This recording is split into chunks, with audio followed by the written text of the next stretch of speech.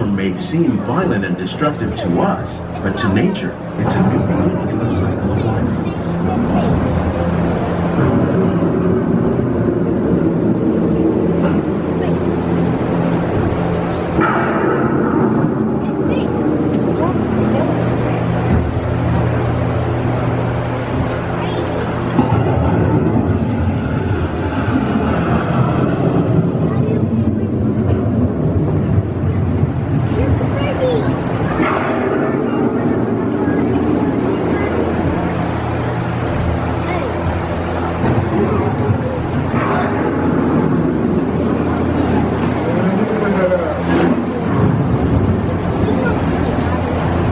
The surface of the land, roots trap water from the flowing mud, extracting precious nutrients and minerals. These elements, when combined with sunlight, create the diverse living systems of our planet.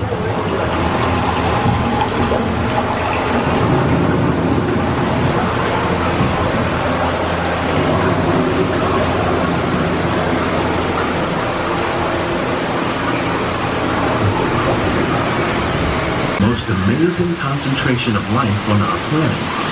These dense and beautiful forests cover only a tiny portion of the Earth's surface, but they contain more than half of its plant and animal species. Rainforests are also extremely rich and productive living systems, providing us with oxygen, food, medicines, and other elements essential to our lives.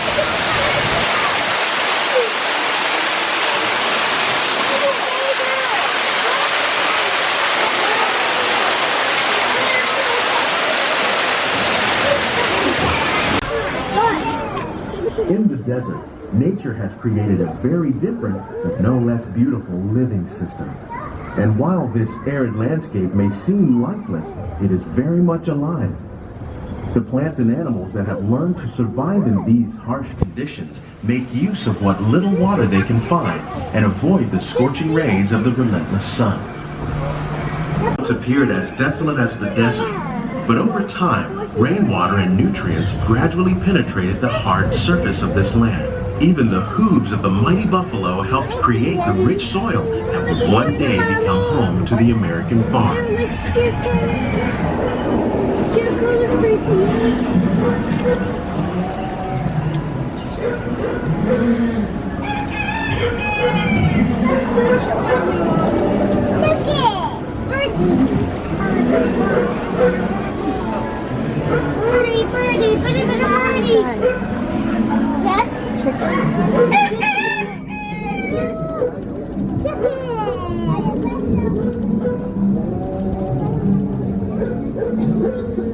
Of all the forces at work on the land, humans have had one of the most profound effects. The need to produce food for a growing world led to the enormous use and sometimes overuse of the land.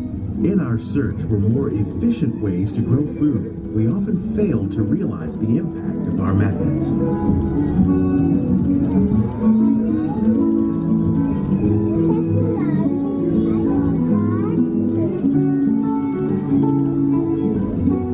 Today, we're learning to live with the land, discovering better ways to grow food that will assure both human and environmental well-being.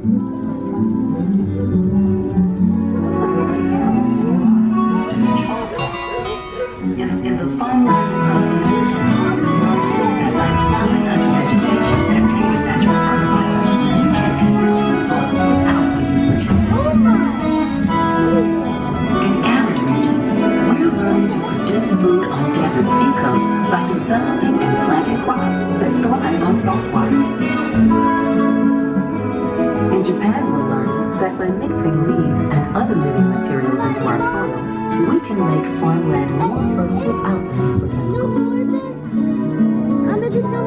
Here at Epcot, we're learning to reduce the need for chemical pesticides by breeding and using natural predators like ladybugs and wasps to control pests. In the farmlands across America, we're learning. How will we meet tomorrow's growing needs for food production, yet still respect the needs of the land? Some of the answers are being discovered just ahead. To help us maintain these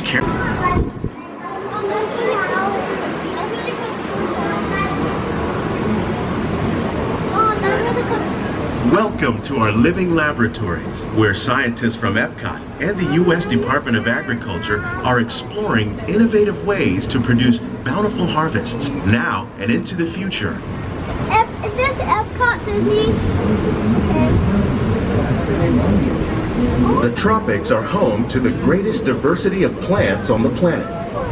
Many of these, like papaya, bananas, cacao, coffee, and rice, are well known around the world. These are just a few of the edible plants that have been an important source of nutrition for people living in the tropics. Many are rich in vitamins and minerals, while others are well adapted to growing in less than ideal conditions. Some, like the water lily, thrive in wet, swampy areas and waterways. All parts of this plant, even the flower petals, are edible.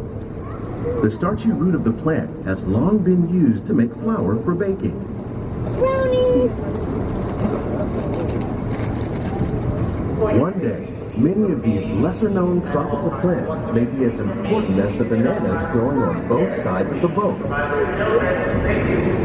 More than 28 million tons of bananas are eaten annually, making it the most popular fruit in the world.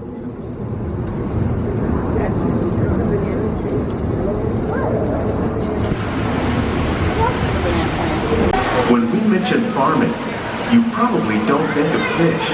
But fish farming, or aquaculture, accounts for nearly half of all the seafood consumed globally.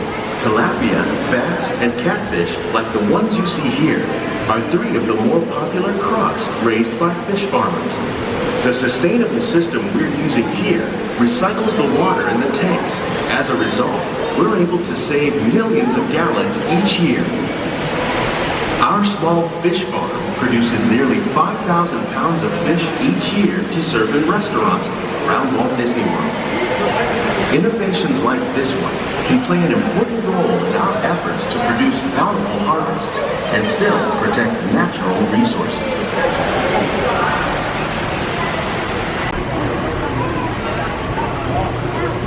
While there are more than 50,000 edible plant species in the world, most of us are only familiar with the handful that make up our everyday diet. The common grains growing here, wheat, maize, sorghum, and millet, plus rice, account for nearly 2/3 of our global food consumption. Learning how to increase yields of these staples is an important goal of research around the world.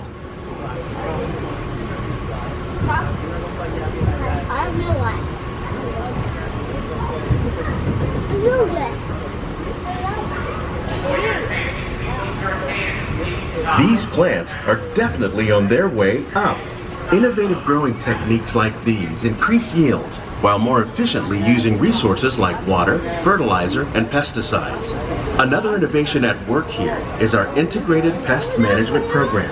By populating our greenhouses with beneficial insects that prey on harmful pests like aphids and flies, we are significantly reducing our reliance on conventional pesticides. That's a real pumpkin. We're growing these crops using our nutrient film system. This technique precisely controls and recycles water and nutrients. With it, we can produce over 27,000 heads of lettuce a year in this one small area. Those are real pumpkins. Those are real pumpkins. Yeah.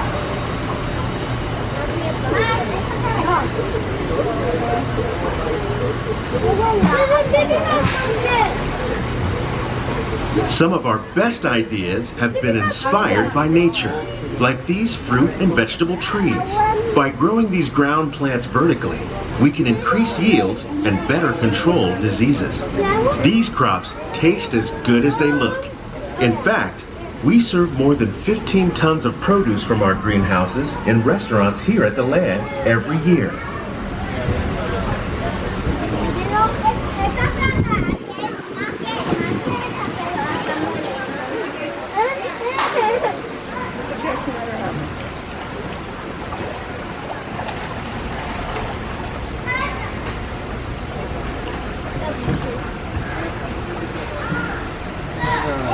The future of agriculture may include innovative ideas like this vertical growing system. Plants grown in this way use a fraction of the space required by traditional growing methods. That saves water and increases production. The aquaponics system on your left combines hydroponics with aquaculture. The fish provide a natural source of fertilizer for the plants, and the plants help keep the water clean for the fish. It's another great way to produce more while using less. In our lab, Epcot scientists are working with the U.S. Department of Agriculture on a number of innovative projects. Only then will we truly be living with the land.